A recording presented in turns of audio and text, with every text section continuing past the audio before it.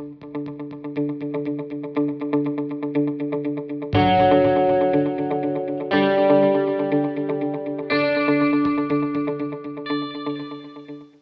up, everyone? I am Toku Tyler, and today I'm going to be talking Power Rangers Beast Morphers, Episode 7, A Friend Indeed.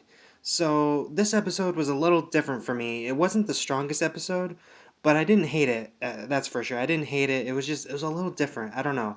We see the Rangers in a different light, and they're presented as not thankful or not understanding of their Beast Bots and who they actually say are their friends, but end up looking like servants to them, doing little things for them. I didn't like how the Beast Bots were treated right away in the beginning of the episode. I don't know. It's not a bad story for an episode at all, but it's just something I don't know. As far as the 7 episodes we've seen so far, this is not my favorite. This is not good. I don't know. I just got that kind of vibe from it. I don't know. But the other episodes have been really good. I do have faith in Beast Morphers. It's just this episode was a little off for me as far as how the Beast Bots were treated. I like that they made up in the end, but it's just for me. I don't know if it's just me, but that's how I was. So anyway, let's get started with the episode. We begin the episode at a local train yard where Blaze and Roxy are making a Robotron right away, so they teleport in and they use one of the trains to make Railtron. They task him with stealing the Beastbot's memory data in order to control the Megazord. So by stealing the Beastbot's memories, they'll have the data in order to control their Zords and form the Megazord for their own purposes, leaving the Rangers defenseless. So it's kind of a good strategy. I'm surprised they haven't gone for this before, but then again, they didn't form the Megazord until recently, so we then cut to Grid Battle Force where Ravi and Devon are sparring.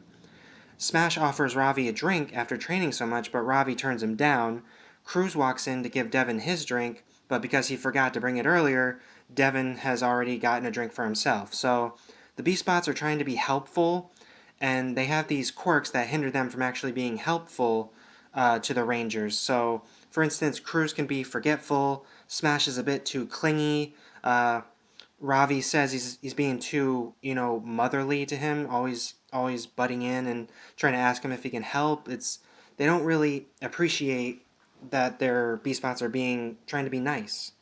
We then see Zoe looking for Jax, and she wanted him to go get her office supplies that she needs, but instead she finds a bag of party stuff. So plates, napkins, party hats. Ben and Betty walk in and act a little suspicious about the stuff in the bag, and then they walk off with Jax like something's like everything's normal. So they're up to something with Jax, and I think I know what's going on, but we'll see later in the episode.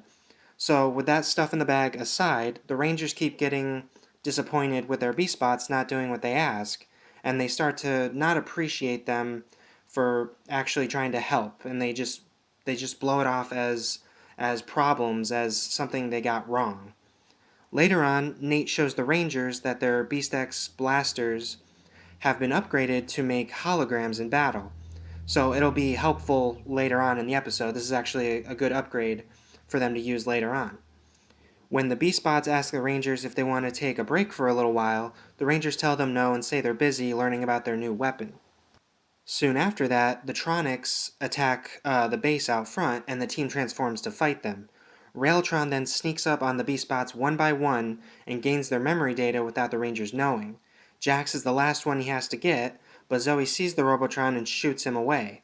Blaze arrives and says that 2 out of 3 will have to do, and then teleports away with the Robotron. They all check on Cruz and Smash, and then they find out that the Robotrons stole their memories of ever being friends with the Rangers, so they're just clean slates at this point and just do whatever they say. Ravi and Devon see this as an opportunity to have their Beast Bots actually follow directions and do whatever they say without any problems. Nate overhears them and says that they take their Beast Bots for granted. He also says he would love to have a friend like that and to have his own Beast Bot, almost like having a brother, he says. So he sees this as them taking advantage of their Beast Bots not having their memories. Zoe tells him that even Jax can get on her nerves, but she understands what Nate means. And later on, we see Devon taking Cruz out for a drive, and he wants to take this shortcut through the park. But Cruz takes it as a command and drives him through a bunch of branches and trees. So he takes it as a literal shortcut without thinking about Devon's safety. They hit a mud puddle and it splashes all over him and Devon realizes something is wrong, so they drive back to the base. Ravi does some sparring with Smash and gets knocked across the room because he didn't want Smash to hold back and swing as soon as he can. So he literally he gets hurt though. Like so Smash doesn't doesn't think about Ravi getting hurt. He just swings and knocks him across the room. The B-Spots are taking everything literally, and they have no way of understanding the Ranger's actual commands. So when he says he wants he wants him to spar, Smash thinks he just has to go all out and just swing as hard as he can. So he ends up hurting Ravi. So they're not really understanding the full meaning of their commands. Zoe asks Jax where her tablet is, and Jax tells her it's in Nate's lab. Zoe said that she just checked there and it wasn't in there, so she tries opening a door that Jax just came out of, but it's locked. So Jax tells her it's not in there and starts to act suspicious, and Zoe leaves in disappointment, and I just it looks so sad when Jax says sorry, and I know what they're up to. It's some sort of party for the Rangers, and it's supposed to be a surprise, but they don't want to spoil the surprise, so he acts like he doesn't know the code to the door he just came out of. So Zoe is disappointed with him because he's not being truthful. Zoe walks into the lab, and the Rangers are all fed up with their B-Spots and their problems. Jax comes into the room and hears Zoe say all these mean things, and she says that she wished she never had a B-Spot in the first place. And he then shows her that her tablet was in Nate's lab, charging like he said.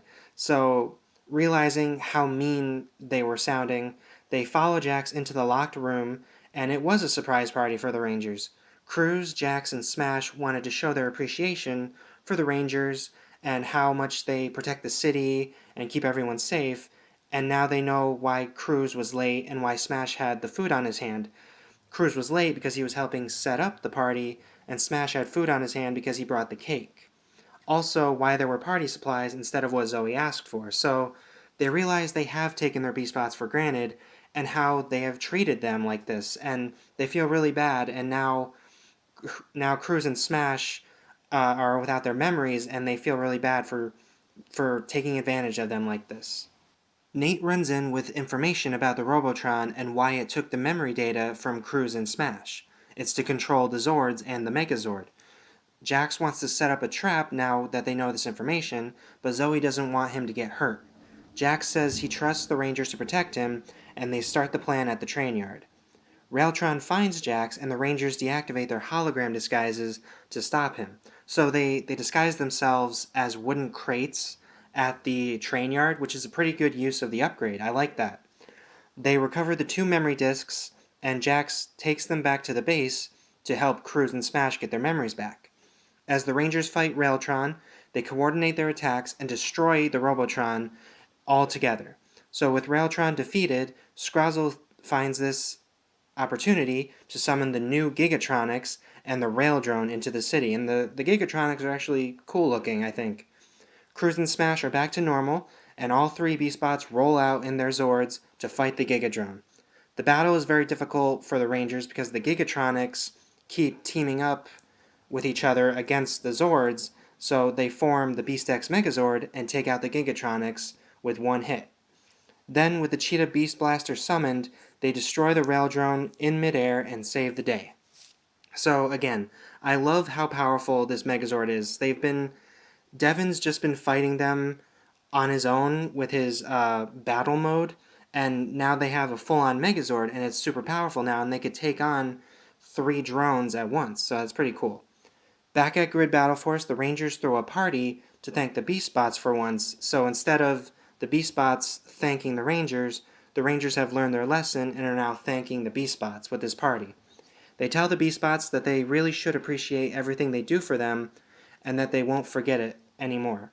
After these kind words, Nate asks everyone if they have seen Ben and Betty, and apparently Cruz forgot to remind Smash that the two of them were in the cake this whole time. And this moment was actually funny to me because they were waiting inside the cake ever since Jax and Zoe were talking in the hallway. So that whole time they were inside the cake and then we learn that they've been eating the cake from the inside, and I just thought that was really funny. We end the episode with Scrozzle teleporting a lot of Tronics with technology. Blaze and Roxy walk in and ask him what he's doing, and he tells them that he is building a cyber gate that will finally allow Evox to leave the cyber dimension and return to Earth. So this was the secret plan that Scrozzle and Evox have been planning. This makes more sense than my he's building Evox a body to teleport to Earth plan. So if Evox returns to Earth, who knows what he will do? He could invade Grid Battle Force again, or he might take control of the Beastbots, even the Megazord itself, maybe even get control of the Morphex energy. We don't know what he's capable of because he was teleported away in the first episode, so it's really exciting. I'm so excited for the next episode for sure. So thank you guys so much for watching this episode.